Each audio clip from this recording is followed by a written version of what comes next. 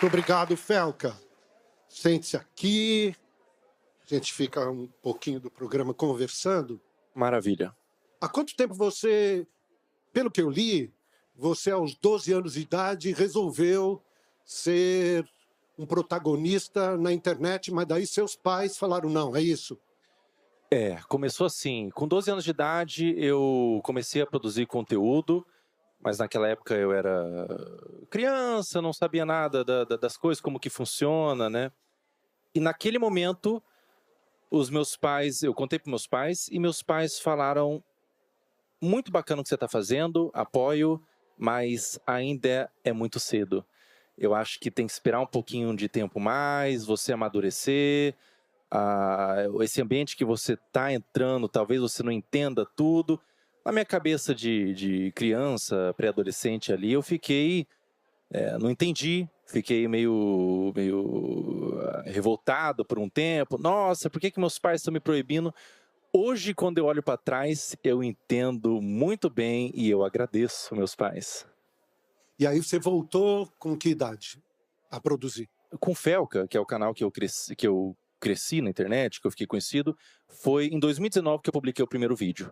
Publiquei o primeiro vídeo, era vídeos de humor, um tom bastante humorístico, mas tinha já um tonzinho de crítica. Eu sempre gosto de colocar... Hoje meus vídeos são muito críticos, e com muito humor também, e eu sempre gosto de colocar crítica inserida no humor. E tem funcionado. Aos poucos, meus vídeos têm ficado mais críticos, ainda mantenho humor, mas têm ficado mais críticos. E hoje eu tô aí, né? Agora, hoje, houve uma explosão, não é? De visualizações, de compartilhamentos. Até aquele momento, há poucos dias atrás, antes do documentário, quantas pessoas faziam parte dos seus canais? Eu tinha... se for contar em todas as redes sociais, daria talvez 15 milhões a 20 milhões. Eu tinha... Na rede social principal, eu tinha 8,8 milhões. E hoje? Hoje, na rede social principal, que eu tinha 8,8 milhões, eu tenho 15 milhões,5 em 5 dias. Foram mais de 7 milhões de seguidores aí em 5 dias e crescendo. O teu vídeo repercutiu muito. Ele repercutiu pela história, né?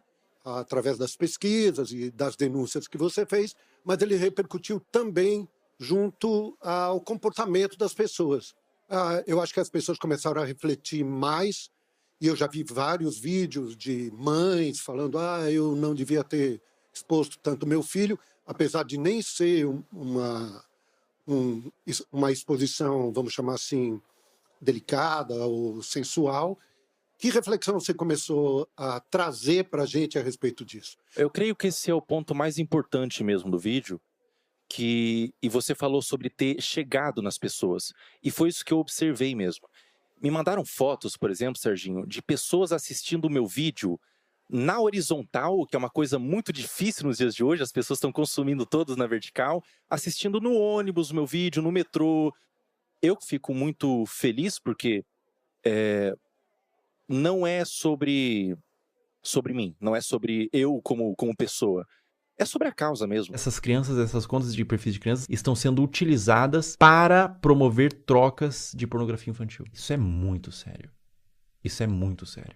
É um assunto muito delicado, é um assunto aversivo de ser falado, é um assunto que causa repulsa, mas ele tem que ser falado. Infelizmente, é um assunto que acontece em pequena e grande escala, de forma menos ou mais problemática. Acontece desde uma exposição, desde uma adultização, crianças se portando como adultos, até crianças sendo sexualizadas de fato, né? É doentio.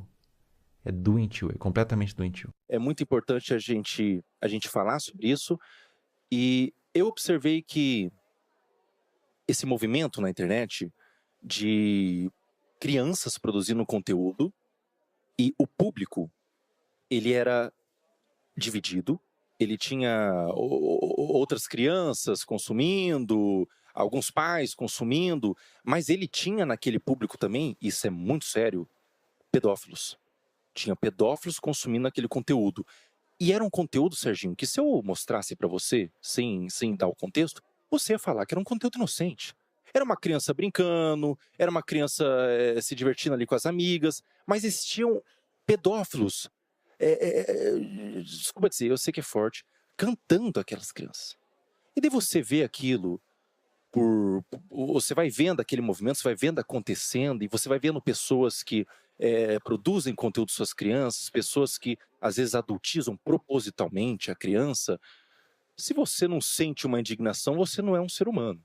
E eu, eu senti uma indignação, tinha um público e falei. Simplesmente liguei a câmera. Na minha simplicidade, o estúdio que você vê branco lá, o estúdio contratado, é o meu quarto. É o meu quarto, é a minha câmera ali que eu liguei, falei. As reuniões de pauta era eu e meus amigos, que a gente entrava em ligação, conversava. Cara, isso aqui tá legal, isso aqui não vai, isso aqui vai. E causou um movimento tão gigantesco, Serginho, que agora, nesse momento, tá sendo meio nebuloso, tá sendo meio difícil de cair a ficha. Mas é um convite para as pessoas que estão assistindo, todo mundo que está aqui na plateia, é um convite para vocês entenderem que vocês têm voz. Existe um poder nas pessoas. Você vê algo que está errado e falar, denunciar, na sua simplicidade. As pessoas ouvem. Existe bondade no mundo. Mas e o consumo? Consumo direto consumo. De crianças e adolescentes frente à tela. O consumo ele tem que ser, na minha opinião, supervisionado.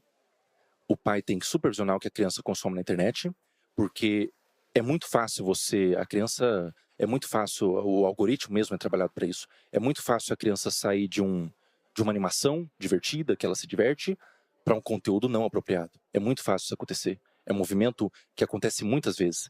E se você, enquanto pai, tiver a capacidade de supervisionar o seu filho com 10, 11, 12 anos, ele pode consumir de forma moderada, na minha opinião, mas se você não tem a capacidade, se você não consegue ser um pai presente, se você trabalha muito, às vezes tem muitas ocupações e tudo mais,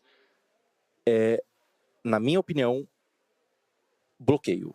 E uma outra coisa não sobre consumo, Serginho, é sobre produção de conteúdo. Criança não tem que produzir conteúdo na internet. Não tem. A internet é um ambiente... todo mundo que está aqui sabe que a exposição não é algo fácil de lidar. A exposição vem com críticas, vem com pessoas comentando sobre você, comentando sobre aparência, vem com às vezes, um assédio, e a criança não está preparada para receber qualquer tipo dessas coisas. Então, criança não deve produzir conteúdo na internet. Internet é um ambiente para adultos. Muito bem. Tem alguém que gostaria de fazer perguntas aqui? Você aqui, vamos começar. Começa o nome? Ana. Tudo bem? Mais para ver sua opinião, assim, porque a gente sabe que isso não é de hoje. Não começou a postar os vídeos, principalmente do caso que você falou no vídeo, não começou esse ano. Já é de muito tempo. Por que você acha que demorou tanto para tomar essa proporção, para as pessoas começarem a prestar atenção nisso? Essa é uma pergunta boa, Ana. Eu acho que existiam muitas pessoas falando sobre, já era uma coisa bem pública, assim, era relatado. Eu acho que talvez faltou uma mobilização mais numerosa mesmo. Eu acho que foi uma questão de alcance que atingiu. E o alcance vem quando uma pessoa decide. Eu acho que não vem quando a pessoa tem muita autoridade ou qualquer coisa do tipo. Eu acho que o alcance vem quando a pessoa decide reunir informações importantes desde o cerne da questão. Então, reunir provas, pesquisar, denunciar. Quando ela faz ela reúne informações em um vídeo que seja também fácil de consumir, porque muitas pessoas fazem vídeos, falam sobre, mas não querem se envolver. Elas falam de forma meio assim, direta, comentam só para ganhar alguma coisinha em troca. Quando a pessoa decide colocar a cara mesmo, não é sobre a autoridade da pessoa, é talvez sobre o ímpeto de realmente querer causar uma mudança. Eu acho que tem a ver com isso. Quem mais, por favor? Aqui, você. Fala, garoto. Como é seu nome? Opa, prazer. Meu nome é Lucas. Queria perguntar para o Felca o que foi mais difícil para você depois dessa denúncia que você fez através do documentário, se foi montar, editar o vídeo, juntar essas várias denúncias, né, que você juntou para fazer esse documentário, ou o que teve de repercussão, seja positiva ou negativa. Com certeza o que foi mais difícil foi reunir essas informações, porque parte da demora da postagem do vídeo, eu fiquei 1 ano fazendo essa pesquisa, de ser um tema, foi eu sozinho fazendo essa pesquisa, e é um tema tão aversivo que se você não tem se você não tem um sangue de barata, e eu não tenho, você não consegue ficar nisso por 30 minutos ao dia. Eu ficava vendo aqueles materiais e procurando e buscando, e ficava com tanta agonia, tanta amargor assim na boca, que eu, pela minha saúde mental, vou dar um tempo, vou fechar o notebook e vou voltar amanhã. Então, esse foi o mais difícil. A repercussão, por mais que seja muita coisa acontecendo ao mesmo tempo, é muito positiva. Eu estou muito feliz porque se estão dando luz para essa causa, eu creio que possa haver mudanças. Então, é extremamente positivo. Eu estou super realizado, super satisfeito. Mas, por outro lado, tem gente que não gostou. E eu queria saber como é que você recebeu, e se foram só críticas ou chegou a ter ameaças? Algumas ameaças, sim, Serginho. Algumas críticas, alguns movimentos de difamação, de tentar descredibilizar e tudo mais. Como eu recebo isso, a gente sabia, eu sabia o que eu estava fazendo, a gente sabia, eu e meus amigos, eu e minha equipe de editor e tudo mais, as pessoas que estavam por trás, a gente sabia que o que a gente estava fazendo era grande e tudo era esperado. Tudo era esperado. Olha, a gente não sabe exatamente o que vai acontecer, mas vai vir ameaças, vai vir, talvez venham alguns processos, talvez venha gente insatisfeita com o que eu fiz. Existe também, Serginho, e isso é delicado de falar, mas é verdade, existem alguns pedófilos que se incomodaram pessoalmente por eu estar tentando quebrar o esquema de pedofilia deles. Esses pedófilos, eles vão se sentir atacados pessoalmente e vão bater de frente, mas, sinceramente, quem tem que ter medo são eles, não uma pessoa que está denunciando. Quem tem que ter medo são os pedófilos. Fala. Boa noite, meu nome é Mavi. Boa noite. E a minha pergunta é, depois da repercussão do seu vídeo e a ação do Ministério Público, o que você acredita e qual mecanismo podemos usar para proteger as nossas crianças das redes sociais? Existe o ECA, por exemplo, o Estatuto da Criança. Existem leis para proteção. O que esses criminosos fazem são crimes. Então, eu acho que o melhor movimento, a melhor iniciativa é a iniciativa do indivíduo de denunciar, de ir atrás, de procurar, reunir provas, pesquisas e denunciar o que está vendo na internet. Denunciar. E se tudo der certo, a gente consegue uma mudança no algoritmo para que esses conteúdos não sejam nem capazes de chegar no seu feed. Muito obrigado pela tua vinda Serginho. aqui, viu? Obrigado Mesmo. Parabéns pelo seu trabalho. Obrigado, Serginho. Obrigado, viu?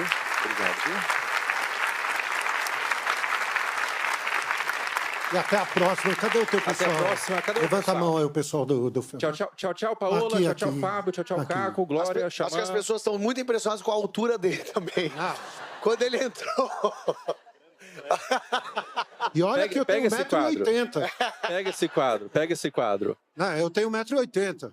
Tá baixinho, Sim. Serginho. Você tá muito baixinho. Obrigado, aplausos aqui. Obrigadão, por favor. obrigado.